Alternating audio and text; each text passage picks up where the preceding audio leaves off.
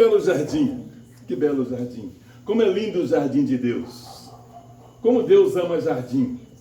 Como Deus, quando planejou tudo, e é muito lindo, irmãos, pensar que Deus, como jardineiro, Ele começou tudo com um jardim e vai terminar tudo com um jardim, a cidade celestial, o lindo jardim de Deus.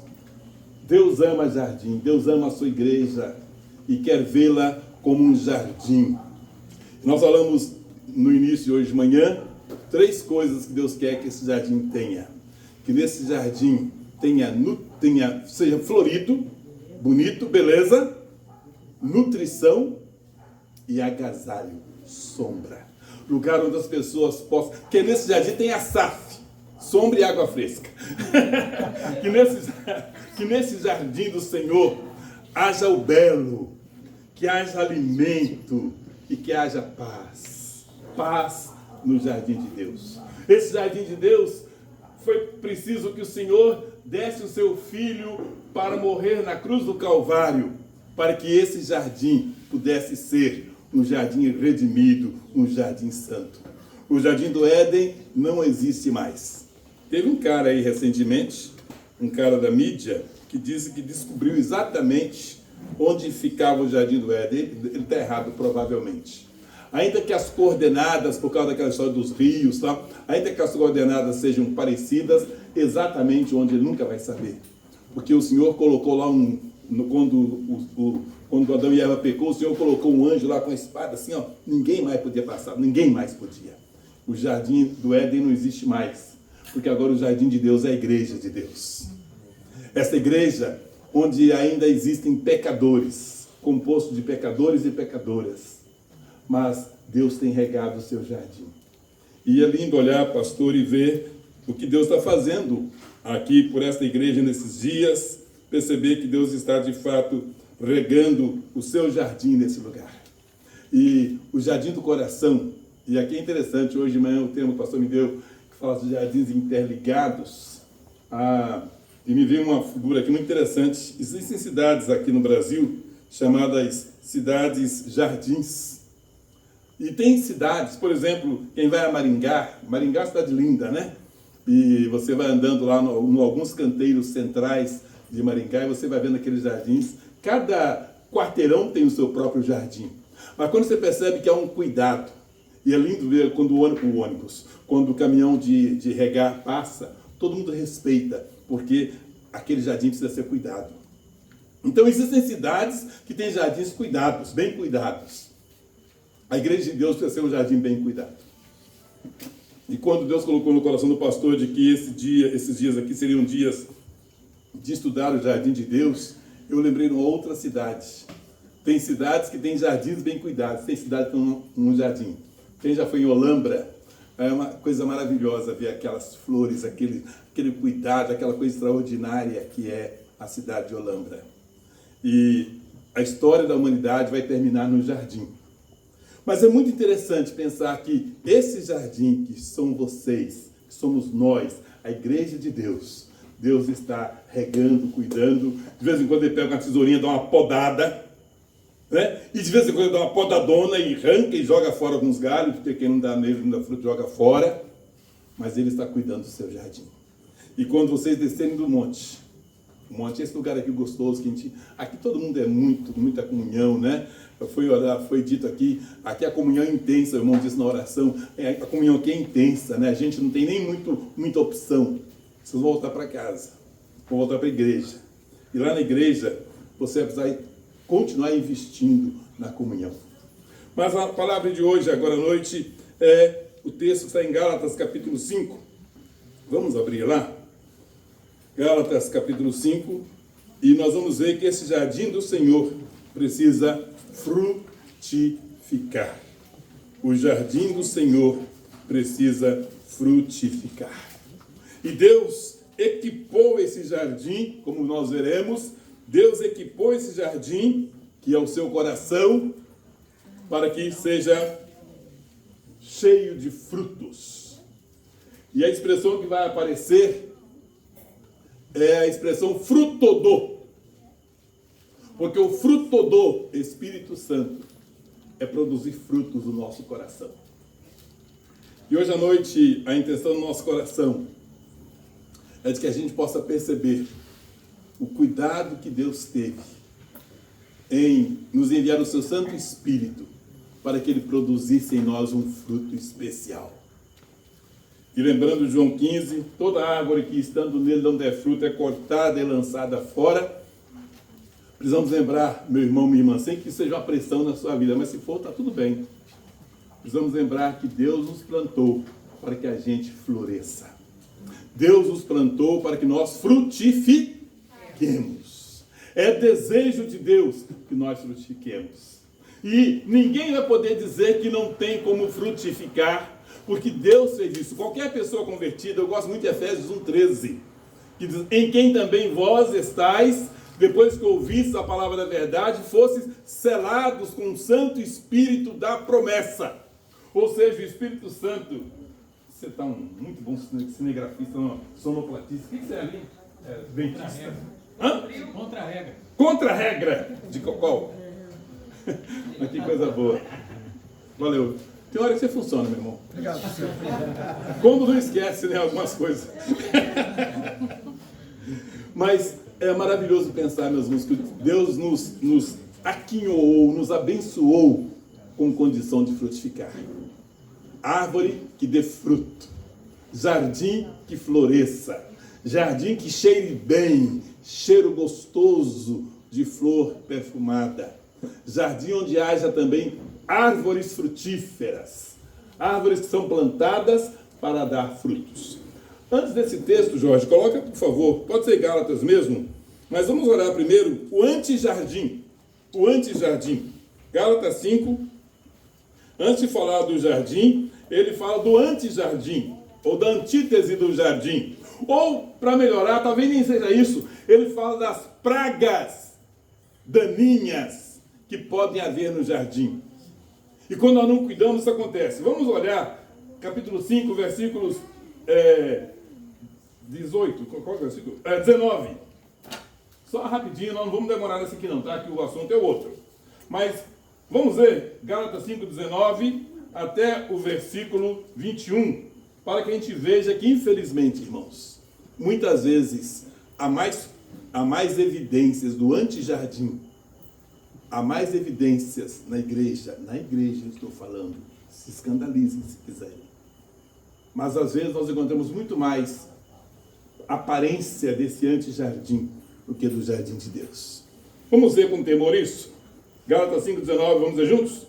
Ora, as obras da carne são conhecidas e são prostituição, impureza, lascívia, idolatria, feitiçarias, inimizades, porfias, ciúmes, iras, discórdias, dissensões, facções, invejas, bebedices, glutonarias e coisas semelhantes a estas, a respeito das quais eu vos declaro, como já outrora vos preveni, que não herdarão o reino de Deus os que tais coisas praticam. Guarde esse versículo final aqui, porque o versículo final do texto que nós vamos ver do fruto do Espírito traz o remédio para esta triste solução aqui. Os que fazem isso não herdarão o reino de Deus. Agora vamos ver um texto de hoje que começa com a palavra mas. A Bíblia tem que ser entendida no seu texto e no seu contexto. O que Paulo, pelo Espírito Santo, está colocando aqui é: embora possa parecer comum às obras da carne, embora possa ser para alguns até tolerável, e eu quero destacar especialmente, aqui fala de pecados sexuais, pecados sociais, pecados espirituais também, eu quero destacar a questão da idolatria. Nós somos muito prontos para julgar, por exemplo, o catolicismo por causa das imagens, e a idolatria mesmo é pecado. Mas muitos cristãos evangélicos e reformados têm idolatria no coração. Ídolos do coração. E esses ídolos do coração, quando eles crescem dentro do coração, eles costumam produzir ervas daninhas que danificam todo o lindo jardim de Deus. Idolatria do coração, ídolos do coração. E às vezes são ídolos aparentemente inocentes. Ídolos em forma de Zelo, por exemplo. Ah, eu sou tão zeloso, eu sou tão cuidadoso. Ou eu não sou ciumento, eu sou muito zeloso. Idolatria, às vezes, até a família, idolatria à igreja, idolatria ao pastor, a líderes religiosos. Idolatria ao seu trabalho, idolatria. Aliás, sabe o que é ídolo? É qualquer coisa que ocupe um lugar demasiado no seu coração, no lugar de Jesus. Qualquer coisa que você... se você leu aquele folheto 4 leis espirituais, aquele folheto 4 leis espirituais tem lá 2 quadros. Um quadro onde há o trono, Jesus está no centro do trono, e há um quadro onde Jesus está lá, mas está no cantinho do coração, porque o coração está tomado com coisas que desocupam, ou que ocupam o lugar de Jesus no centro.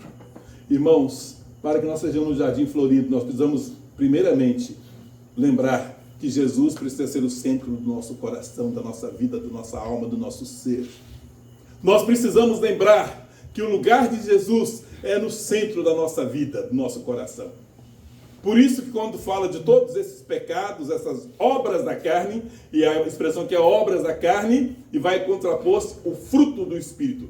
As obras da carne, as ações da carne, e quando fala que é da carne, portanto é humano, pode ser movido por Satanás, mas é humano. E agora Deus nos apresenta no mesmo texto o fruto do Espírito. A Bíblia é maravilhosa, irmãos. Na mesma página, onde aparecem listadas as obras da carne, que coisas terríveis, que quem as pratica não herdarão o reino de Deus. Aí começa com essa palavra mas. Vamos ver juntos? Nosso texto 22 e 23. Mas o fruto do Espírito é amor, alegria, paz, longanimidade, benignidade, bondade, fidelidade, mansidão, domínio próprio. Contra essas coisas não há lei. E o 24. E os que são de Cristo Jesus crucificaram a carne com as suas paixões e concupiscências. Vamos decorar? O fruto do Espírito é amor, alegria, paz, longanimidade, benignidade, bondade, fidelidade, mansidão e domínio próprio. Agora tira a cola. É fácil falar colando, né? Tirou, Jorge? Ô Jorge, você quer deixar a cola pro povo? Vamos lá. O fruto do Espírito é amor, alegria, paz, benignidade, bondade, fidelidade, mansidão, domínio próprio. Não, o que nós erramos? Qual que nós falamos? Então, de novo, o fruto do Espírito é amor, alegria, paz, longanimidade, benignidade, bondade, fidelidade, mansidão e domínio próprio. Então, para você ficar lembrando bem, esse aqui, nós vamos dividir aqui em 3 canteirinhos. Ou esse fruto em 3 gomos interligados. Os 3 primeiros gomos, quais são? Amor, alegria e paz. Então, é muito interessante. Nós vamos, para você nunca mais esquecer desse texto, quando você lembrar do fruto do Espírito, você vai lembrar de que os 3 primeiros gomos têm a ver com a sua relação com Deus. Guarde isso. Os 3 primeiros gomos do fruto têm a ver com a sua relação com Deus.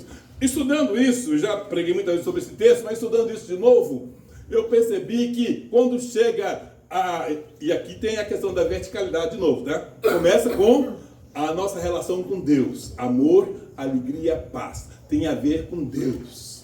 Mas em seguida, vem os 3 gomos que tem a ver com o próximo. Mas em terceiro lugar, vem aqueles gomos, os mais dolorosos, nem tão saborosos. Tem a ver com o nosso interior. Tem a ver com dentro de nós. Tem a ver, vou usar uma expressão bem, nós com nós mesmos. Então, o fruto do Espírito, ele tem um aspecto vertical. Ele tem os primeiros frutos, os primeiros gomos tem a ver com Deus. Os segundos 3 gomos tem a ver com o próximo. E o terceiro tem a ver com o nosso interior. Por que eu quero que você grave bem isso? Nós vamos voltar para casa, depois de passar esse tempo todo aqui estudando sobre jardins de Deus. Vamos voltar para casa e nós vamos na prática. E, aliás, nós já fazemos isso, só que fazemos em consciência. Agora vamos fazer com consciência. Nós vamos na prática perceber que o tempo todo nós estamos ou obedecendo a Bíblia, praticando o fruto do Espírito, ou, lamentavelmente, estamos alimentando as obras da carne. Então eu quero que você saia daqui muito claro nesta noite, com muita clareza nesta noite, de que nós temos a opção de viver no Espírito. Aliás, o texto termina: se vivemos no Espírito, andemos também no Espírito. Há um desafio para todos nós nessa noite. O desafio de recebermos de Deus toda a bênção, toda a orientação para que a gente produza fruto como o jardim de Deus por aí afora. Não só quando estivermos juntos aqui em comunhão, lá na igreja, lá no templo, mas que nós produzamos frutos para o Senhor no dia a dia. Então lembre-se disso. Nós temos então 3 grupos aqui, 3 canteirinhos: amor, alegria, paz. Nós temos longanimidade, benignidade e bondade.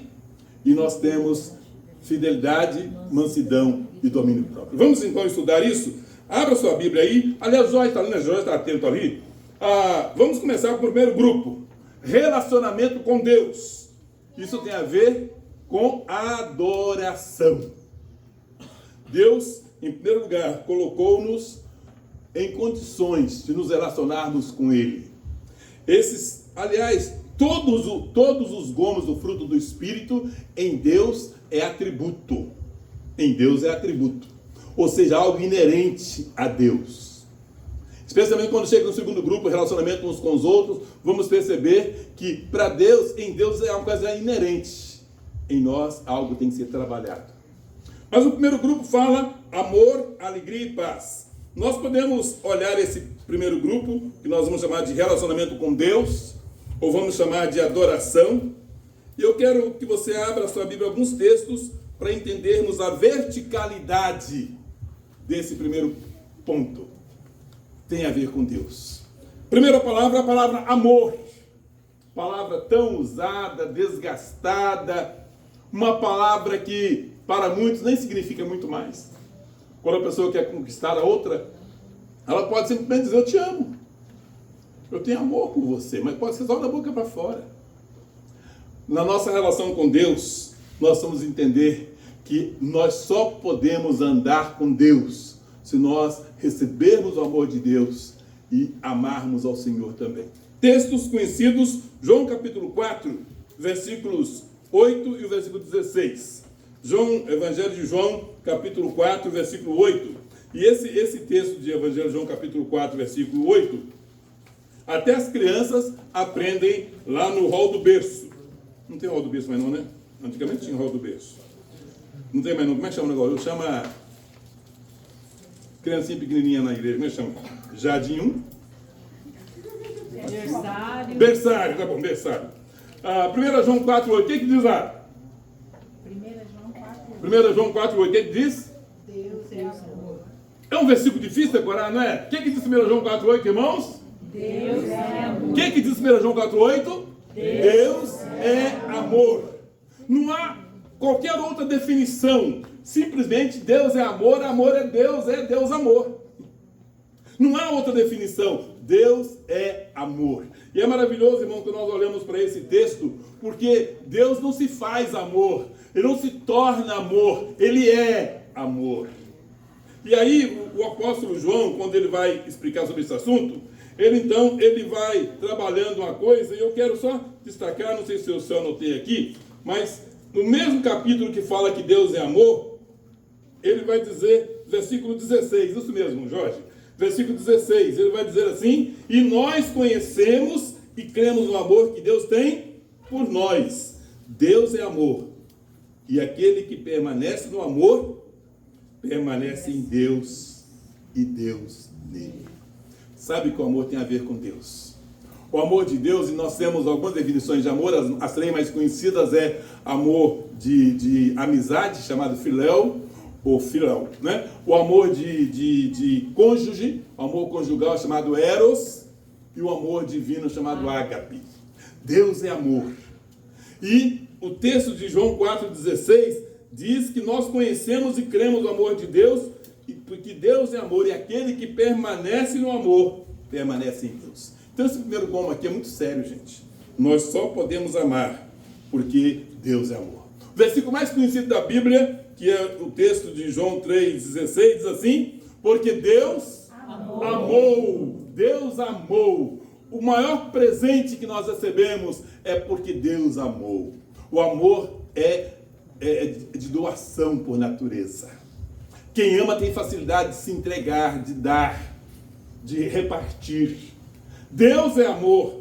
Deus amou o mundo de tal maneira. Agora a gente chega no capítulo 4 que nós estamos lá, e no versículo 19, olha que coisa pesada tem o versículo 19, 1 João 4, 19. Diz assim: nós amamos a Deus porque Ele nos amou primeiro. Quem não consegue amar ainda não sabe quem é Deus. E meus irmãos, nós precisamos aprender a amar porque Deus é amor. O nosso relacionamento com Deus nos leva a amar a Ele e ao seu povo, a Ele e ao mundo. Mundo no sentido geográfico e demográfico, não moral. O amor de Deus nos leva a amar. Agora, é interessante quando nós olhamos que Deus é amor, porque nas circunstâncias mais difíceis, nós precisamos entender que o amor, e lá em Tiago diz assim, o amor cobre, no final do 1 João mesmo, o amor cobre multidão de pecados. Meus irmãos, como nós precisamos entrar de cabeça nesse amor de Deus. Como precisamos entender que Deus me ama apesar de mim. Como eu preciso entender que esse Deus que me ama me fez com condições de amar também. E nesse estudo de jardins aqui, é importante que nós saibamos que no jardim de Deus as pessoas se amam porque são amadas. Uma pessoa amada, ela não tem dificuldade de amar também. Quando a pessoa, e muitos dos casamentos, irmãos, e eu trabalho com isso há muitos anos, no gabinete pastoral, que nós vemos mulheres ou maridos não amados. Casamento acaba quando a pessoa não se sente amada mais. Relacionamentos se deterioram e acabam quando as pessoas não se sentem amadas. Mas Deus nos amou e Deus nos ama. E esse Deus que nos amou e nos ama, Ele nos ensina e Ele nos faz amar também. Então o Espírito Santo é quem produz esse amor em nós. Nós amamos porque Deus nos ama. Quando você disser assim, obrigado, Senhor, porque o Senhor me ama, você vai ter que dizer também, obrigado, Senhor, porque eu posso amar. Amar como Cristo amou. Amar, mesmo que a pessoa não mereça ser amada. Amar como Cristo amou. Então, tem a ver com Deus, esse primeiro gomozinho dos 3 gomos juntos. Amor. O segundo é alegria.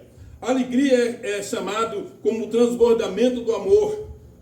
A verdadeira alegria é algo tão forte, irmãos. E a Bíblia diz que Deus ungiu a Jesus com óleo da alegria, como a nenhum dos seus companheiros. Jesus, eu gosto de cantar a música O Rosto de Cristo, né? As pessoas pintam o Cristo como se tivesse um rosto assim, muito triste. Não, Cristo era uma pessoa alegre. Ele era a personificação da alegria. E a Bíblia nos apresenta, meus irmãos, alguns versículos muito interessantes, mas eu quero destacar, por conta do tempo hoje, quero destacar alguns só. Neemias, vai, Jô, sabe achar Neemias aí? Você sabe achar tudo aí, né? Para ser esperto na Bíblia aí, né?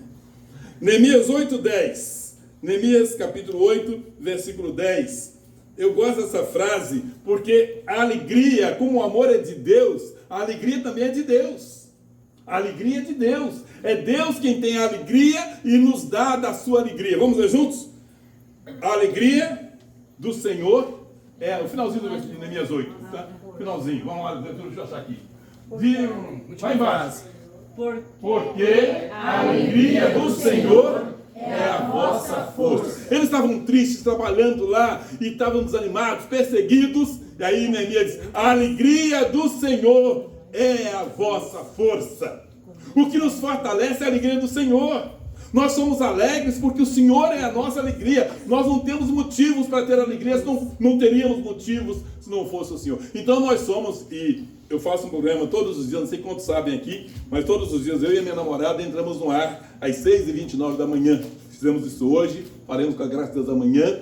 E o pessoal, mas por que vocês estão tão alegres? Tem dia que a coisa está pegando lá. Mas não é hipocrisia, não, nós somos alegres mesmos.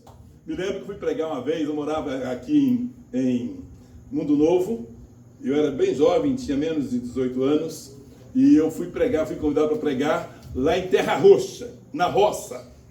E eu não tinha um tostão para fazer aquela viagem, naquela época era balsa, não tinha ponte. Então eu tinha que pegar carona, ir até a beira do rio, pegar carona, depois passasse a balsa, eu tinha que pegar carona até Guaíra, depois pegar carona até Terra Roxa, e depois pegar carona até o sítio onde eu tinha que pregar.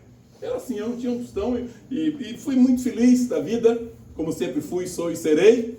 Mas aí quando cheguei na roça lá, e quando eu viajo a pé ou no estado, eu fico louro, não sei se vocês sabem. Fico lourinho, aquela poeira assim, vem assim, eu fico lourinho da Silva, né? E aí quando eu cheguei lá na roça, quase na hora do culto, já esbaforido, cansado, já sul, normal, imagina, caminhando. Aí cheguei lá, tomei um banho rápido, Laudelino, já falecido, ele pegou a sanfona lá, e na hora eu peguei meu violão, e aí foi aquele negócio. Você conhece aquele hino, culto na roça, é pra lá de bom. Tem sim, não tem não, né? Tem não. Mas o fato é que o culto foi animado. Sabe aquele culto da roça gostoso? Né? Fizemos o culto na roça. Quando o culto da roça terminou, fomos para casa do Laudelino, jantamos, cantamos, rimos, falamos piada, foi tudo muito gostoso. No dia seguinte eu tinha que ir embora. E eu me despedi dele e ele, ô Dona Irã, você tem dinheiro para voltar? Eu disse, não, nem para vir eu não tinha. Mas você não tem nem um tostão? Eu falei, nem um tostão. Mas nada. Se eu te virar a cabeça para baixo, essa coisa não sai nada, cara. Então, rapaz, você não tem vergonha na cara, não? Eu falei, por quê? Um cara sem dinheiro, de tudo como você, fica dando risada assim, feliz como você estava, você não tem vergonha, não? Eu falei, não. Não, porque a alegria do Senhor é a nossa força. A alegria do Senhor é a nossa força, independente de qualquer coisa. Deus instalou em nós, drive, que chama, que instala, como é que é, João? Você que é da tecnologia? Nós temos o drive da alegria. E agora, eventualmente ficamos tristes. Eventualmente ficamos tristes, mas nós somos alegres por natureza. O povo de Deus é um povo alegre. Aliás, quem não é, tem que obedecer o mandamento de 4:4. Filipenses 4:4. Sabe o mandamento de Filipenses 4:4? Alegrai-vos sempre no Senhor. Outra vez vos digo, alegrai-vos. Vamos juntos? Alegrai-vos sempre no Senhor. Outra vez vos digo, alegrai-vos. Sabe o que diz Abacuque, capítulo 3, versículo 17 a 18? Ainda que a figueira não floresça, ainda que não haja fruto na videira, ainda que nos currais não haja gado, ainda que um monte de coisa lá, ele termina dizendo, todavia eu me alegro no Senhor e exulto no Deus da minha salvação. A alegria, irmãos e irmãs, independe da sua circunstância. Claro, se eu estiver velando, não sou morto, ela não fica dando risada quando está velando, não sou morto. Mas chore só o necessário. Chore o necessário. Aliás, toda hora que tiver chorar, pode chorar. Pode ficar triste quando quiser ficar triste, mas não pode permanecer na tristeza.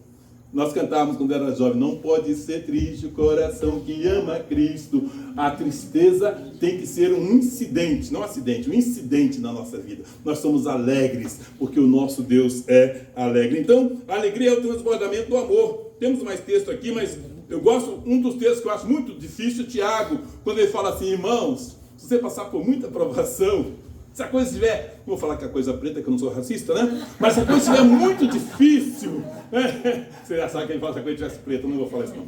Mas se a coisa estiver muito difícil, mas muito difícil, tende por motivo de toda alegria. Parece irônico, né? O passardes por várias provações. Irmãos, a alegria de Deus, a alegria do Senhor é a nossa força. Então, nós temos esse primeiro combo aí, amor, alegria, e sobrou a paz. Sabe o que é paz? Na Bíblia, paz nunca foi ausência de guerra. Na Bíblia, paz nunca foi águas tranquilas. Na Bíblia, paz não significa que as coisas não vão acontecer aí tumultuadamente. Na Bíblia, paz é tranquilidade interior. é uma alma que sabe descansar no Senhor. Uma alma que sabe que aconteça o que acontecer, Romanos 5:1, justificados, pois, mediante a fé, temos paz com Deus. Meus irmãos, nesse canteirinho é coisa linda. O amor que nós temos é o amor de Deus. A alegria que nós temos é a alegria de Deus. A paz que nós temos é a paz de Deus. É isso que as pessoas precisam perceber na vida da gente. Filipenses 4, o mesmo texto que fala do mandamento da alegria. Filipenses 4:7 diz, e a paz de Deus. Sempre que fala de paz, fala que ela é de Deus, viu? Quando ele deixa, eu deixo a minha paz. E a paz de Deus, que ultrapassa, que excede todo entendimento, guardará para aqueles que são muito sentimentais, guardará o vosso coração. Eu estou sentindo, Deus guarda. E aqueles que é muito intelecto, cabeção, guardará o vosso coração e a vossa mente. A paz de Deus alcança os intelectuais, racionais e aqueles emocionais, sentimentais, que dói tudo. A paz de Deus, ela alcança os sentimentais, os emocionais. A paz de Deus excede todo o entendimento. Jesus fala assim, eu vou embora, tenho-vos dito estas coisas, para que vocês tenhais paz em mim. E olha que não é contradição, porque vocês precisam ter paz em mim, porque no mundo tereis aflições. Percebem que a paz de Cristo, ela navega, ela trafega bem em meio às crises, dificuldades, lutas, perseguições. Eu sempre me encantei com Atos 9:31. Atos 9:31, a coisa estava pegando fogo. Atos 9:31 relata a perseguição da igreja, que Saulo entrava, assolava, matava. E aí, um oásisinho lá, um oásis pequenininho, lá dizendo assim, a igreja, na verdade, tinha paz. Meus irmãos, o combo amor, alegria e paz tem a ver com Deus. Não importa o que aconteça com você, com a sua família, nem com a sua igreja, é uma questão entre você e Deus. A paz de Deus, o amor de Deus, a alegria de Deus. Então, guardemos esse primeiro combo, né? Esses frutos são frutos da adoração, amor, alegria e paz, porque nós encontramos essas coisas em Deus. Você pode estar desempregado, pode estar passando por luto, pode estar passando por crise, pode estar no pior momento da sua vida de alguma forma, mas você não perde o amor, a alegria e a paz, porque é de Deus. É de Deus. Amém. Sabe, irmãos, Igreja do Senhor Jesus, jardim de Deus. O mundo, e aí eu não citei o texto, mas eu estou lembrando dele, o mundo vai olhar para a igreja e vai dizer, mas como é que esse jardim está florido, lindo, no meio de tanta crise? Há tanta crise, crise política, crise espiritual, crise emocional, crise.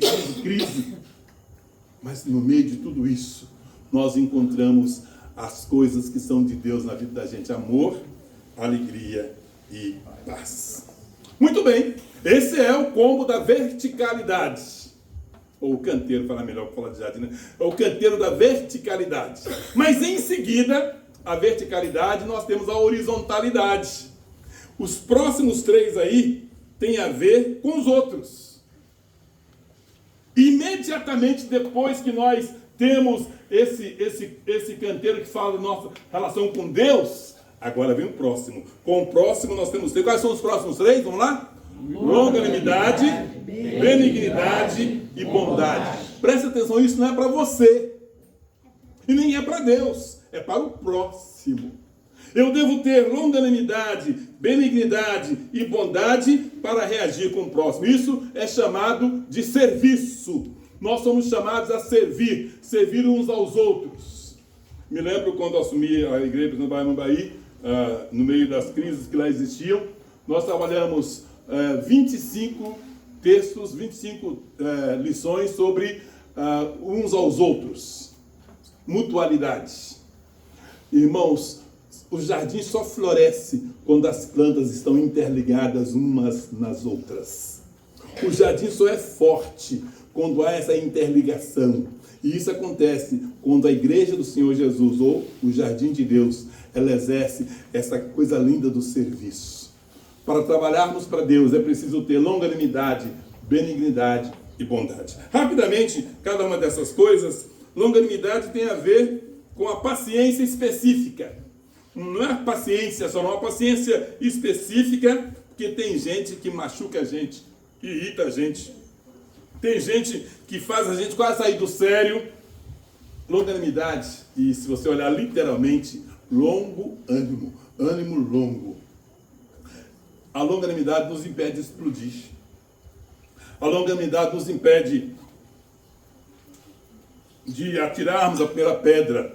A longanimidade nos impede de nós desistirmos uns dos outros. Sabe, longanimidade na prática é como se eu vou caminhar mais a segunda milha. Se for preciso, vou caminhar a terceira. Se for preciso, vou caminhar a quarta. Se for preciso perdoar, perdoo uma vez. Se for preciso, 2, 10. E aí Pedro, não sei se foi Pedro, agora foi quem? Pedro, não sei se é Pedro. Não. Foi Pedro, pastor? Até quantas vezes deve perdoar os irmãos? Foi Pedro? Também você não sabe não, né?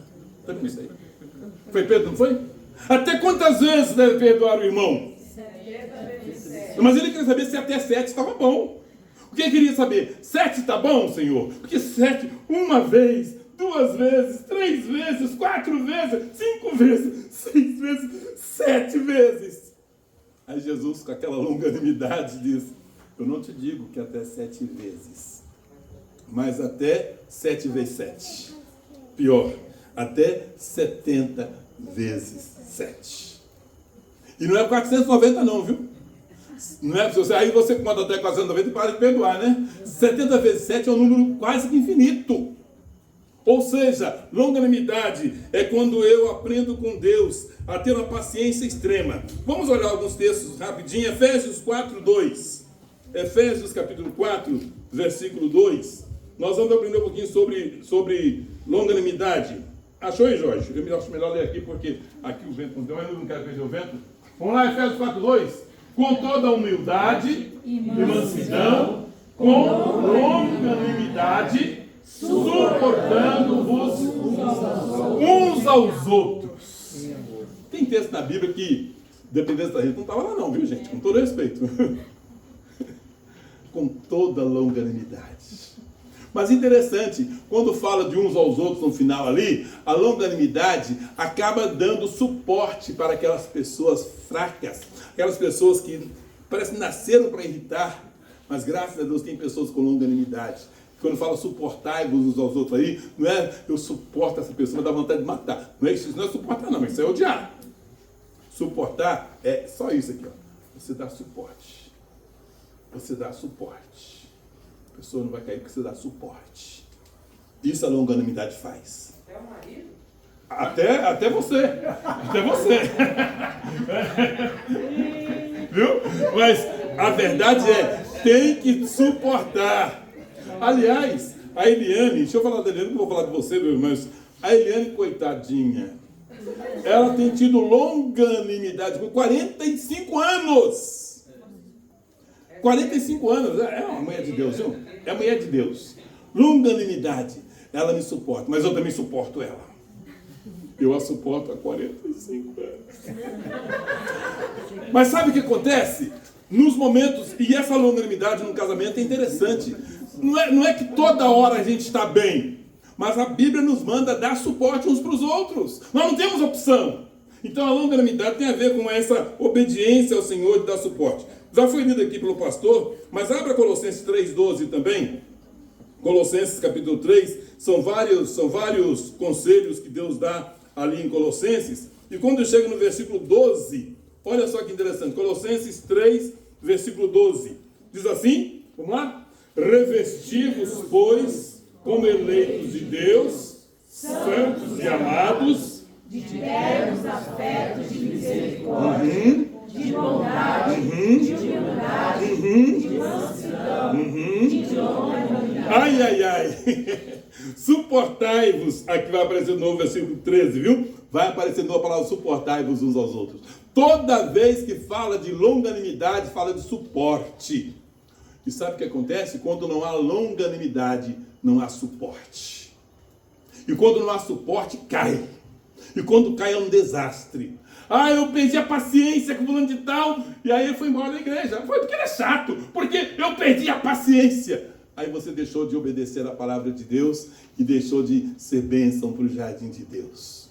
esses uns aos outros que é forte. Suportai-vos uns aos outros. E quando ele diz aqui, a gente vai concordando, né? Revestivos. Aliás, tem uma condição, que só os eleitos de Deus têm longanimidade. Um detalhezinho aqui interessante, tá? Só os eleitos de Deus têm longanimidade. Mas aí, alguém pregou esse texto aqui, disse, a Bíblia manda vestir terno, revestivos de ternos, né? Mas ternos afetos, afeição, misericórdia, bondade, humildade, mansidão e de longanimidade. A Bíblia coloca a longanimidade, irmãos, como sendo uma coisa que só Deus pode dar em nós. Não é coisa... Deus é longânimo. E a Bíblia afirma muitas vezes. Aliás, eu fui pesquisar esses textos. Todas essas três coisas, longanimidade, benignidade e bondade, em Deus é natural. Mas Ele manda a gente fazer também. Ele manda a gente praticar também. Um último texto sobre longanimidade aí, que eu acho muito interessante, é quando nós olhamos a palavra de Deus e percebemos que nesse mesmo capítulo, percebemos que cada vez que vai aparecer a palavra de mutualidade, a primeira coisa necessária é a longanimidade. Por isso, irmãs da SAF, quando a SAF planeja alguma coisa, que sempre tem aquela irmãzinha, sabe aquela irmãzinha abençoada, que é do contra? Para ela sabe, eu vou te falar do MP, do PH, sempre tem aquela pessoazinha do contra. Deus colocou ali exatamente para provar a sua longanimidade. Sabe quando na sua liderança tem aquela pessoa que parece que não nasceu para te irritar? Eu nasci para te irritar, né? Sabe? Deus coloca aquilo ali para provar. E olha o versículo 14. Suportai-vos uns aos outros, perdoai-vos mutuamente. Ou seja, você fala assim, eu tenho longanimidade. Explode no primeiro momento ali. Você precisa de perdão também. Você precisa... Esse aqui é mutualidade. Esse uns aos outros tem hora que é ele, tem hora que sou eu. Então, longanimidade é uma coisa que alguém está praticando também com a gente. E quando Deus abençoa alguém para praticar a longanimidade, é bênção na vida de todo mundo. Aí vem a segunda coisa, que é a benignidade. A benignidade é a gentileza em ação. Irmãos, não precisava ter um mandamento sobre benignidade, porque qualquer pessoa convertida deveria ser gentil. Qualquer pessoa deveria ser. Mas, infelizmente, nós somos egoístas. Nós queremos nos priorizar. Nós nos amamos. Nós nos presenteamos. Nós nos idolatramos às vezes. E aí vem a ordem de Deus. Um dos frutos, um dos gomos do fruto é a benignidade. E o mesmo texto de Colossenses 3:12, ele vai usar essa mesma palavra aqui, quando ele diz assim, revestivos de ternos afetos de misericórdia. A benignidade é quando nós nos revestimos desses ternos afetos de misericórdia. Efésios 4:32, Jorge, Efésios 4:32, vai mostrar mais uma vez a questão da benignidade. E a benignidade, irmãos, é a gentileza que se expressa em palavras e em ações concretas, tem a ver com o tom carinhoso de voz. Às vezes uma pessoa quer algo, mas a forma de falar é grosseira. Às vezes a pessoa, e a gente ensina para as nossas crianças, nós estamos, eu e Eliane, nós estamos de pajéns de neto, como é que chama isso aí? Nós somos avós, pais, a menina fica mais tempo com a gente que com o pai dela. Então, nós estamos lá treinando a Maria Alice para ser uma serva de Deus. Nossa estrutura não é mais tão boa para ser pai e mãe, nós já estamos meio velhinhos. Mas Deus colocou lá e nós temos que fazer o melhor que nós podemos. E tem hora que eu me pego, não sei se Eliane se pegou já, mas tem hora que eu já me pego lá, ensinando a Maria Alice. Maria Alice, fala por favor. Maria Alice, fala obrigado. Maria Alice, baixa esse tom de voz. Maria Alice. E aí, às vezes, nem nós fazemos isso. E a Maria Alice é esperta, a criança é esperta. Ela pega a gente no pulo de vez em quando. Porque é fácil mandar os outros fazerem. Mas muitas vezes nós somos grosseiros. Nós somos mal educados. Tratamos as pessoas com grosseria. E a benignidade tem a ver com o ato de nós praticarmos isso. A benignidade, eu gostei da frase aqui, pastor, benignidade não é fraqueza, é a força dos fortes. A arma da gentileza que desarma a malignidade sem se tornar igual a ela. Benignidade é amor em ação. Não apenas fazer o bem, mas fazer com ternura e com misericórdia, curando onde a justiça apenas condena. Efésios 4:32, eu citei, não lemos. Vamos ler? Então está lá? Efésios 4:32. Começa aí que eu tenho que achar minha cola aqui. Antes sedes uns para com os outros, benignos, compassivos, perdoando-vos uns aos outros, como também Deus em Cristo vos perdoou. Antes sede uns para com os outros benignos, benignos. E vai colocar mais coisas, sejam benignos, compassivos e perdoando um. Cada vez que aparecer a palavra benignidade, vai aparecer junto a palavra perdão. Porque se nós não entendermos isso, a gente vai ficar sempre jogando na cara dos outros os erros dos outros. Então, a benignidade nos faz perdoar sem que a pessoa peça. A benignidade nos faz agir antes que a pessoa mereça. Isso é a benignidade. 2 Coríntios, capítulo 6. Segunda carta de Paulo aos Coríntios, capítulo 6, versículo 6. 2 Coríntios 6, 6. Vamos lá? Na pureza, no saber, na longanimidade, na bondade, no Espírito Santo e no amor não fingido. O apóstolo Paulo está falando dele mesmo aqui. Ele está dizendo que na muita paciência, no meio das lutas, no meio das dores, e ele fala, reverendo, pelo contrário, em tudo recomendo a nós mesmos como ministros de Deus, na muita paciência, nas aflições, nas privações, nas angústias, nos açoites, nas prisões, nos tumultos, nos trabalhos, nas vigílias, nos jejuns. E aí chega na pureza, no saber e na longanimidade. Irmãos, é um treinamento. Nós precisamos treinar a nossa alma, treinar o nosso corpo para nós sermos benignos. A benignidade é o amor em ação, que não apenas faz o bem, mas faz com ternura e misericórdia, curando onde a justiça apenas condena. E a bondade, terceiro gomo disso, é a generosidade em atividade. Bondade aqui tem a ver com generosidade. A pessoa pode ser benigna e não ser generosa. A bondade, no texto bíblico aqui, tem a ver com a generosidade. A generosidade que faz com que todo mundo possa ser abençoado com a minha vida, com a minha ação. Bondade aqui é quando nós agimos para suprir as necessidades das pessoas, mesmo quando isso custe algo para nós. Tem gente que gosta de fazer cortesia com o chapéu do outro. Pega o chapéu do outro e faz cortesia. Mas a bondade nos ensina a sermos gentis, corteses e generosos com os nossos próprios recursos. A bondade nos ensina de que nós podemos abençoar os outros, mesmo quando nós, às vezes, não temos. A bondade faz com que a gente abra mão do que nós temos, às vezes, para que o outro seja beneficiado. As pessoas confundem benignidade. Benignidade é o ato de ser o bem. Bondade é o ato de fazer, ser e fazer. A benignidade nos leva a ser, a bondade nos leva a fazer o bem. E eu gosto muito de Atos 10, 38. Eu aprendi esse versículo quando eu tinha, não sei, tão poucos anos que eu tinha que eu nem lembro mais. Mas eu era criança. E diz assim: como Deus ungiu a Jesus de Nazaré, o qual andou por toda parte fazendo o bem. Jesus andou por toda parte fazendo o bem, curando os oprimidos do diabo, porque Deus era com ele. A Bíblia diz que Jesus andava por toda parte fazendo o bem. A Bíblia conta de uma mulher chamada Tabita, ou Dorcas. Essa mulher, ela era conhecida pelas suas ações. Atos dos Apóstolos fala, ela era conhecida por suas ações. E ela, quando ela morreu, as pessoas levavam os frutos da generosidade dela para o apóstolo Pedro e dizia: essa mulher não podia ter morrido. Olha o que ela fez, olha que bênção que ela era. Pedro, tocado pelo Espírito Santo, ele foi lá e ressuscitou Dorcas. Irmãos, a bondade faz diferença no jardim de Deus. Precisamos aprender a sermos bondosos. Claro, quem não tem benignidade não vai ser bondoso, é óbvio.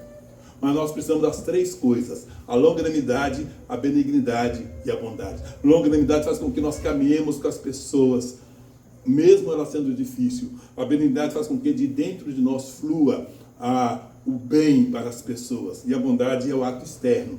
É quando eu faço aquilo que eu posso fazer para o bem daquelas pessoas que Deus colocou ao meu redor. E é maravilhoso quando nós aprendemos esse combo. Não é fácil, irmãos.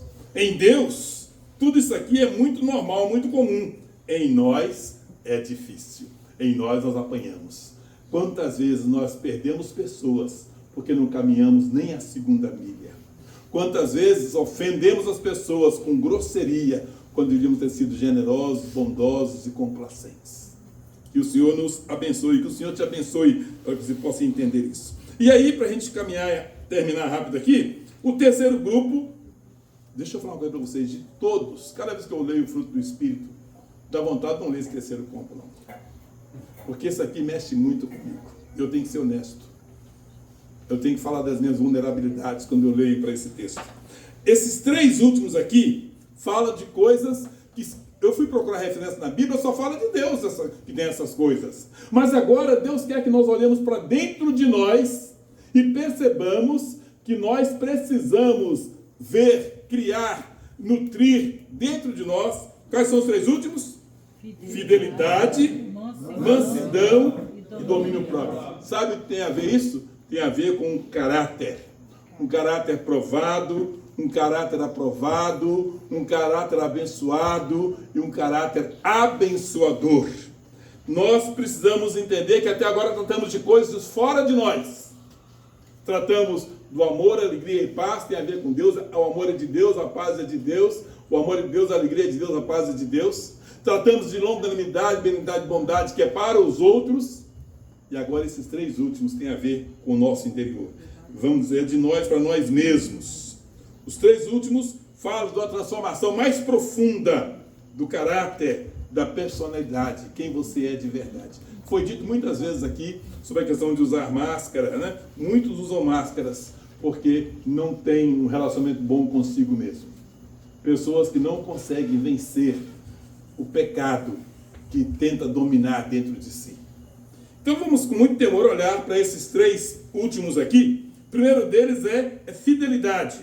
Fidelidade tem a ver com o que nós externamos e que reflete o nosso interior.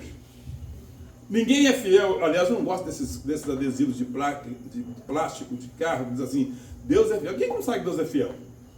Agora, a coisa mudaria o dia que você colocasse um adesivo de carro assim, eu sou fiel. Sem ser torcedor do Corinthians, é claro. Eu sou fiel. Eu sou fiel. Agora, falar que Deus é fiel, é óbvio que é. Mas você é fiel? Eu sou fiel? E a palavra de Deus nos mostra, meus irmãos, que a fidelidade é quando nós cumprimos as nossas promessas diante de Deus, quando nós somos confiáveis até em pequenas coisas. Dois textos, Lucas 16:10, por favor, meu querido Jorge, Lucas 16:10.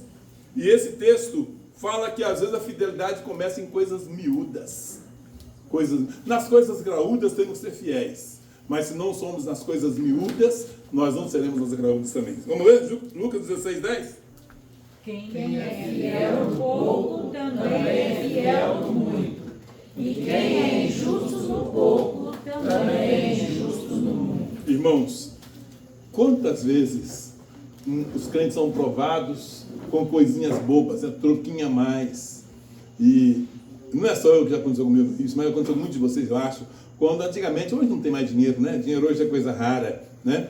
Mas antigamente, com tudo era na base do dinheiro, não tinha cartão, não tinha esse tal do Pix, não tinha, enfim. Às vezes, já aconteceu no caixa de banco, dar dinheiro a mais para mim, e eu saí, contar, e eu ia lá devolver, você é bobo, hein, cara? Pedi, cara, para você, o próprio caixa tirou sarro de mim. Tirou sarro de mim, você é bobo, hein, cara? Irmãos, quem não é fiel no pouco, também não é no muito. E sabe, fidelidade nas pequenas coisas, na sua casa, nos relacionamentos. Sabe, você não deixar brecha. Fidelidade é quando você é fiel nas coisas mínimas da sua vida. Gosto muito do texto, Mateus 25:21. Abra, por favor, Mateus 25:21. Quando se fala daquele servo. E olha o que Jesus fala para o servo que foi fiel. Mateus 25:21. Vamos lá? Disse-lhe o Senhor, muito bem, servo bom e fiel. Foste fiel no pouco, sobre muito te colocarei. Entra no gozo do teu Senhor. Há um princípio, irmãos, bíblico muito sério, de que às vezes nós não trabalhamos a fidelidade, e a fidelidade é uma das condições para entrarmos no gozo do Senhor. Ainda que essa expressão possa ser escatológica, ainda que possa ser, mas muitos de nós não desfrutamos da alegria do Senhor, aqui lá de cima, lembra? Não desfrutamos da alegria do Senhor porque não agimos com fidelidade. Tem crente triste, derrotado, porque não age com fidelidade. Entra no gozo do teu Senhor é uma bênção para aquelas pessoas que agem com fidelidade. Muito bem, parabéns. O mundo pode rir de você, te ridicularizar, mas parabéns, porque você foi fiel no pouco. Entra no gozo do teu Senhor. A fidelidade, portanto, é uma coisa muito séria. Fidelidade refere-se a integridade, caráter, confiança, transparência, comunicação aberta, respeito genuíno, constância, lealdade. Tudo isso tem a ver com fidelidade. A minha namorada, ela era muito novinha ainda, e nós fomos para um lugar chamado Cruzeiro do Sul, no Acre. E nós fomos substituir um pastor quase que insubstituível. Era o meu primeiro ministério, não havia sido ordenado, ele foi ordenado lá, por sinal. Fui ordenado para voltar para lá. Isso era o ano de 1985, no 84. Nós tínhamos casado em 82 aqui na Igreja Central de Campo Grande. E nós fomos para a Transamazônica. Fomos primeiro para a Transamazônica, no Pará. Depois nós fomos parar lá em Cruzeiro do Sul, no Acre. Só chegava de avião ou de barco determinadas épocas do ano. Então nós fomos jogados lá. O pastor que saiu, o cara assobiava e chupava a cana ao mesmo tempo. O cara era um artista. O cara era bom. O cara era plantador nato de igreja. O cara era insubstituível. E ninguém podia ir para lá. E seu Disseu, muito amigo, Deus o tenha. Seu Disseu me mandou para lá. Ele disse, você é meu xerife. Você vai em lugar difícil. E eu e Eliane mudamos 10 vezes no primeiro ano de casados. Porque nós íamos, o lugar não tinha problema, ele nos mandava ir. Deus depois usou isso para o meu bem, é óbvio. Todas as coisas contribuem para o bem dos que amam a Deus. Para lá em Cruzeiro do Sul, nós fomos substituir um cara que era muito difícil. E o que é pior, ele não morreu, ele está vivo, mora em Vilhena, viu? O Breno Luciano Breder. Eu posso citar que ele sabe que eu conto essa história. O pior, ele escrevia assim, irmãos, aguentem esse rapaz que eu voltarei. E a igreja não me amava. Isso no começo foi muito difícil. E a gente não tinha amizade lá. Naquela época, nós éramos recém-casados, estávamos iniciando o ministério pastoral. Foi muito difícil, irmãos. E um dia que eu estava para chutar o pau da barraca, não pode falar, está gravando, não pode falar isso, né? Estou igual você agora, viu? Está gravando. Mas agora já gravou, né? Eu sei que está gravando. Apaguem chutar o pau da barraca aí. Mas, num dia eu saí com o coração atribulado, saí todo ferido, fui dar uma volta, não sei, fui fazer visita, não sei, naquele ano morreu tanta gente naquela igreja, mas morreu tanta gente, eu nunca fiz tanto velório, sabe, e era só tristeza, ninguém casava, ninguém nascia, só morria, e eu... Foi terrível aquele ano. E aí, irmãos, quando eu voltei, em determinado momento, nem sei se era de manhã, se era tarde, eu voltei, Deus tinha dado sabedoria à minha esposa, e ela tinha pego um quadrinho, fez manualmente um quadrinho e colocou lá no meu escritório. Ela sabia que eu ia sentar lá para orar ou ler ou alguma coisa assim. E aí eu cheguei com vontade de largar tudo. E o versículo que estava lá era 1 Tessalonicenses 5, 24, que diz assim, fiel é o que vos chama, o qual também o fará. Só isso. Fiel é o que vos chama, o qual também o fará. E eu olhei para aquilo foi um bálsamo no meu coração. Eu sei que eu não sou fiel, mas Deus pode me fazer fiel. Eu sei que Ele que me chamou, Ele é fiel, Ele me chamou. E Ele simplesmente vai me fazer vencer esse momento. Fiel é o que vos chama, o qual também o fará. Que bálsamo no meu coração. Como Deus usou aquela menina, era menininha ainda, tinha 18 anos, 19 anos, 18 anos, novinha ainda. E como Deus usou naquele momento da minha vida. Meus irmãos, Deus exige, aliás, Deus espera que sejamos fiéis. E o último texto é Apocalipse 2:10. Uma promessa, ser fiel até a morte e dar-te-ei a coroa da vida. Meus irmãos, fidelidade é um desafio. Fiel nos relacionamentos, fiel nos nossos deveres espirituais, fiel na nossa relação com o mundo, fidelidade. O Senhor espera que sejamos. Aliás, 1 Timóteo, 1 Coríntios, não sei se é 4:2, o que Deus espera dos seus despenseiros é que cada um deles seja encontrado fiel. Que Deus te abençoe para que você possa ser fiel. E o texto, próxima coisa aqui, é a mansidão. Sabe o que quer dizer mansidão? Mansidão não é fraqueza. Diz que Moisés era o mais manso da terra. Imagina liderar, vamos colocar por baixo, né? Vamos colocar por baixo, uns 2 milhões de pessoas, um pouco mais, liderar esse povo todo no deserto. Moisés era um homem manso porque ele sabia controlar a sua força. Mansidão é saber controlar a força. Mansidão é como um cavalo poderoso que é poder, mas as rédeas do cavaleiro controlam o cavalo. Mansidão é um poder disciplinado pela sabedoria. E aí Jesus olha para os seus discípulos e diz assim, Mateus 11, vinde a mim, todos vós estáis cansados, sobrecarregados, e eu vos aliviarei. Tomai sobre vós o meu jugo e aprendei de mim, porque eu sou manso e humilde de coração. Jesus é o nosso maior exemplo de mansidão. Moisés é um bom exemplo, mas Jesus é o maior exemplo.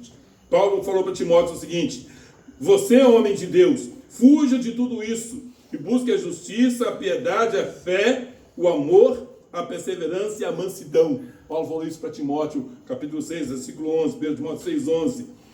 Abra, por favor, Jorge, 1 Pedro, 1 Jorge, capítulo 3, versículo 15 e 16. Jorge, 1 Pedro 3, 15 e 16. Gosto desse texto, quando o Senhor Jesus fala sobre a mansidão de uma forma, quando o Espírito Santo fala sobre mansidão de uma forma maravilhosa. Vamos lá? Antes, santificai a Cristo como Senhor em vosso coração, estando sempre preparados para responder a todo aquele que vos pedir razão da esperança que há em vós. Contudo, continua, versículo 16. Fazendo todavia com mansidão e temor, com boa consciência, de modo que naquilo que falam contra vós outros, fiquem envergonhados e vivam o vosso bom procedimento em Cristo. É para fazer com mansidão, irmãos. O texto nos fala, esse texto é muito importante, eu podia trabalhar só ele aqui, mas para a gente estar preparado para responder, e as pessoas esperam respostas de nós, viu? A qualquer pessoa que pedir a razão da esperança em nós, devemos fazer isso com mansidão.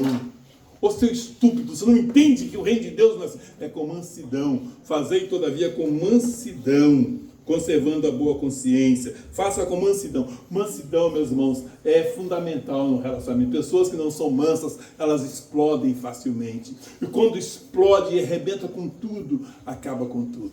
Mansidão não é ser fraco. Mansidão é dizer assim, Deus, eu posso estar sentindo algo muito forte aqui, mas eu quero te glorificar. Eu quero agir de forma que o teu nome seja glorificado. Há vários outros textos, nós não vamos ler porque o tempo está bem corrido aqui. E vamos para o último aqui, que é domínio próprio.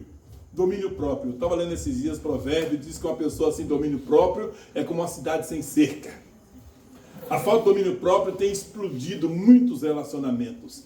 A falta de domínio próprio tem feito com que casamentos se acabem, amizades se acabem, membros fiquem com ódio uns dos outros por falta. Sabe aquela pessoa que tem aquela discussão? Eu sou assim mesmo, comigo bateu, levou. Eu não levo desaforo para casa. Sabe essas pessoas que agem assim, acham que é bonito? Tem gente que acha que é bonito ser feio, né? E a mansidão é uma coisa tão forte que nós precisamos entender que quem não consegue dominar o seu próprio ser jamais conseguirá fazer qualquer coisa de importante na vida. Quem não tem domínio próprio não tem como se relacionar com ninguém. E quando olhamos para esses três combos, para esses três gomos, a fidelidade, a mansidão e o domínio próprio, me faz lembrar de uma história, e diz que o pastor fica velho e não prega, só conta história, né? Mas me faz lembrar de uma história que eu li há muitos anos atrás, eu a recordei hoje. Um determinado missionário, o Alan, isso é bom você olhar, viu, Alan? Um determinado missionário, cadê o Alan? Tá ali. É que eu estou sem óculos. Eu estava casando seu bigode, não achei. Mas... um determinado missionário, ele e a esposa se prepararam para serem missionários na Nova Guiné. E eles se prepararam e escolheram diante de Deus um lugar onde eles iriam ser missionários, onde eles iriam eles iam conhecer o povo, evangelizar o povo, ouvir o povo, aprender a língua do povo, para poder traduzir a Bíblia, que era um lugar que não tinha a Bíblia ainda na língua própria deles. E esses missionários se prepararam, e foi ele e a esposa formada em medicina, ou enfermagem, não me lembro bem da história, e ele era um homem que tinha muitos relacionamentos e tal, e ele pensou, como é que eu posso alcançar esse povo? E a tribo lá não aparecia, ele resolveu construiu várias casas, resolveu construir uma vila, queria trazer as pessoas, ele decidiu que ele ia montar uma mercearia, e ele ia oferecer sal, espelho, essas coisas que índio não tem, que ele queria que os índios, que os moradores de lá viessem, os nativos, na verdade, viessem. E ele conseguiu, e as pessoas foram se aproximando, e a mulher dele via as pessoas tossindo com gripe, curava, tinha um ambulatório, e tinha uma merceariazinha, estava indo muito bem, até que ele fez uma viagem, estava conseguindo conquistar os nativos, até que ele fez uma viagem para algum lugar ali próximo, e experimentou os abacaxis mais gostosos da vida dele. E eles gostavam muito de abacaxis. E eles comeram aquele abacaxis e ficaram tão felizes que ele resolveu comprar 100 mudas daqueles abacaxis. Comprou 100 mudas e levou e plantou, e demorou 3 anos os abacaxis ficarem bons. E quando os abacaxis ficaram bons, eles estavam quase ficando bons, estavam bonitos, mas ainda não estavam maduros, ele esperou umas 2, 3 semanas a mais, e quando chegou o tempo de colher os abacaxis para comer, ele estava salivando da boca. Que abacaxis gostoso deve ser. Quando ele chegou lá, os nativos tinham roubado todos os abacaxis, todos maduros. E ele ficou muito irado. E ele chamou os nativos e disse, por que vocês roubaram os meus abacaxis? Por que vocês fizeram com os meus abacaxis? Por causa disso, vocês não vão mais poder ir para o ambulatório. Vocês não vão ser, a minha esposa não vai atender vocês mais. Ele ficou muito irado, e as pessoas chegavam doentes, a mulher dele não atendia. Ele ficou muito bravo. Mas aí ele falou, eu vou tentar de novo. E ele esperou uma nova colheita de abacaxi. E os nativos foram lá e roubaram de novo. Ele disse, agora vocês não vão comprar nada na mercearia, não dou mais nada para vocês, não venham mais na mercearia. Estou com muita raiva de vocês. Mas por que você está com raiva, pastor, missionário? Vocês roubaram os meus abacaxis. E aí, o tempo foi passando, e cada vez que ficavam maduros os abacaxis, os nativos roubavam. E ele ficava cada vez mais irado, até que ele foi numa conferência que os missionários promoveram, e na conferência ele aprendeu uma coisa fantástica. Ele e a esposa, dar todos os direitos do que eles achavam que era deles para Deus. Eles iam conceder todos os direitos para Deus. Ou seja, tudo que eles tinham devia ser de Deus, não deles. E a lição foi muito dolorosa, porque ele percebeu que ele não estava praticando o fruto do Espírito, não tinha amor, não tinha alegria, não tinha paz, não tinha longanimidade, benignidade, bondade, fidelidade, mansidão, nem domínio próprio. E ele voltou para casa arrasado. E ele disse, como eu posso consertar isso? E ele plantou novos abacaxis, novas mudas. E ele reabriu a mercearia. E ele mandou que a esposa voltasse a atender os nativos. E os nativos vieram, os abacaxis foram ficando bons, os nativos vieram. E os abacaxis estavam quase prontos para serem colhidos. E ele se lembrou que aqueles abacaxis, o abacaxisal, não sei se é assim, mas os abacaxis, aquela plantação de abacaxis agora não era mais dele, era de Deus. E ele ficou tranquilo, se eles comerem. E aí, os nativos que perceberam que havia uma mudança, perguntaram assim, missionários, vocês ficaram crentes agora, se converteram? Por quê? Vocês não estão mais bravos com a gente? Se converteram? Agora vocês não brigam mais por causa dos abacaxis? Aí, sabe por que não brigamos mais? Porque nós entregamos, não é nosso mais os abacaxis. Não é de vocês mais? Então não estamos roubando de vocês mais? Não, os abacaxis não são mais nossos, os abacaxis agora são de Deus. E eles voltaram para casa e disseram assim, ei, estamos com um problema. Nós não podemos mais roubar os abacaxis. Por que não? Porque aqueles abacaxis não é mais do missionário, nós podíamos roubar quando era deles. E agora eles falaram que aqueles abacaxis são de Deus. A gente pode roubar Deus. Como é que vamos fazer? A gente quer roubar é a nossa missão. Mas como é que vamos roubar se é de Deus? E eles ficaram estudando, aí os abacaxis amaduraram Amadureceram? Amadurecer. Amadureceram. E aí eles olhavam assim, abacaxi, vontade de roubar esse abacaxi, mas não pode, é de Deus. E o missionário, então, um dia foi lá e disse: ei, vem cá, vamos escolher os abacaxi juntos. Então eles escolheram os abacaxi junto com os missionários. E os missionários levaram um pouco para a casa deles, e levaram um bocado para a casa deles, e todos comeram abacaxis. E aí os missionários disseram, os nativos disseram: agora, missionário, você pode nos falar de Deus, porque agora Deus é verdade na sua vida. Amém. Nós estamos enxergando Deus na sua vida agora. Você pode ter toda a liberdade com a gente. E aqueles missionários conseguiram traduzir o Novo Testamento na linguagem deles.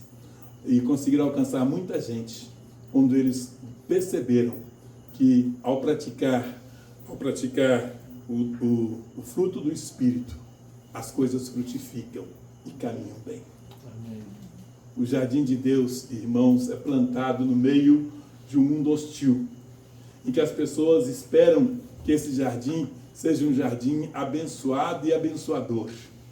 O mundo espera que você, como jardim de Deus, seja bênção na vida deles, ainda que eles não deem valor ao que você faz, mas há uma expectativa.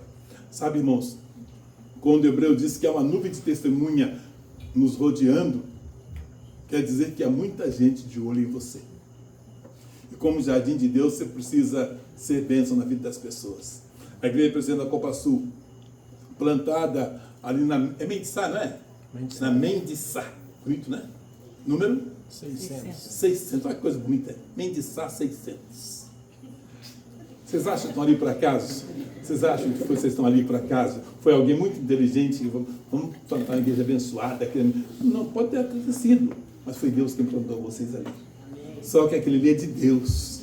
Aquele ali é para a glória de Deus. Vocês estão plantados como jardins para a glória de Deus. Eu quero convidar vocês nesta hora a abaixarem suas cabeças, porque o texto nosso termina falando da missão. A missão, nos versículos 24 e 26 desse texto: os que são de Cristo crucificaram a carne. Os que são de Cristo crucificaram a carne. Muitas vezes nós não conseguimos ser bênção na vida do mundo. Nós vivemos uma vida egoísta, voltada para nós mesmos. Esquecemos de demonstrar o amor, a alegria e a paz de Deus. Deixamos de praticar a longanimidade, a benignidade e a bondade com todos que estão ao nosso redor. E esquecemos de cultivar dentro de nós a fidelidade, a mansidão e o domínio próprio. E quando fazemos isso, contra essas coisas não há lei. E os que são de Cristo crucificam a carne.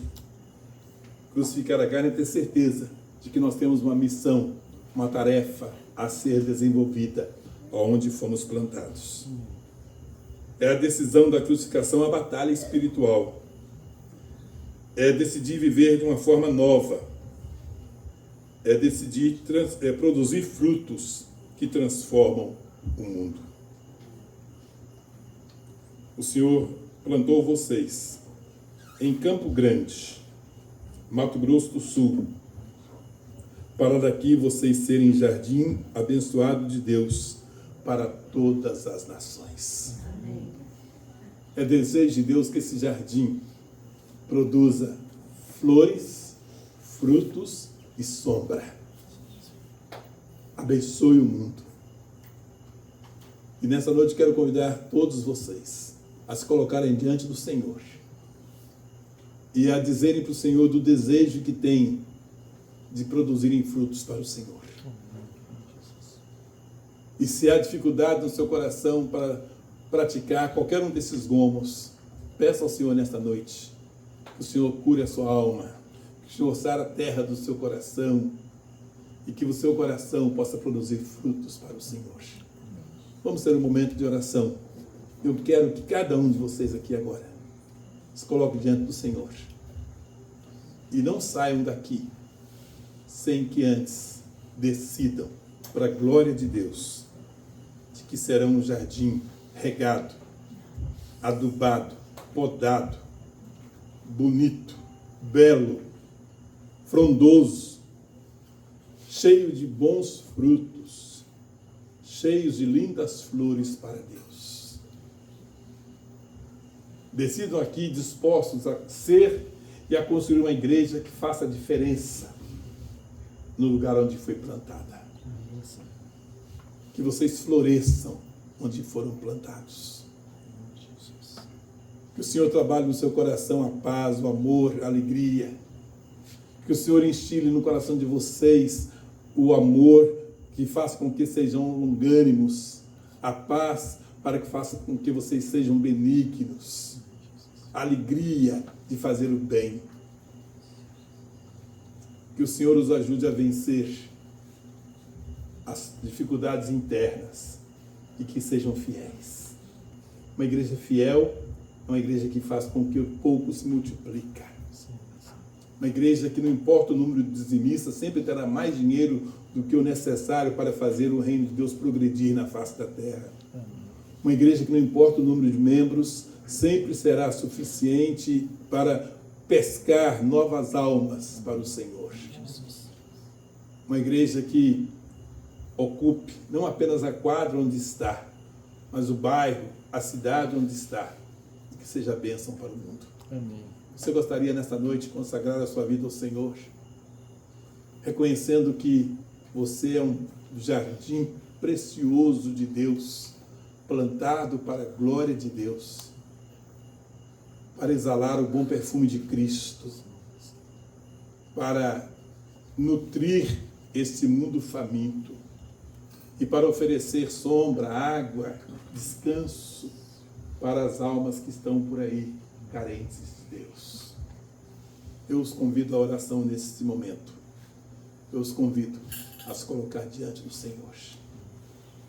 Se você quer nessa noite, de fato, se comprometer, você e Deus.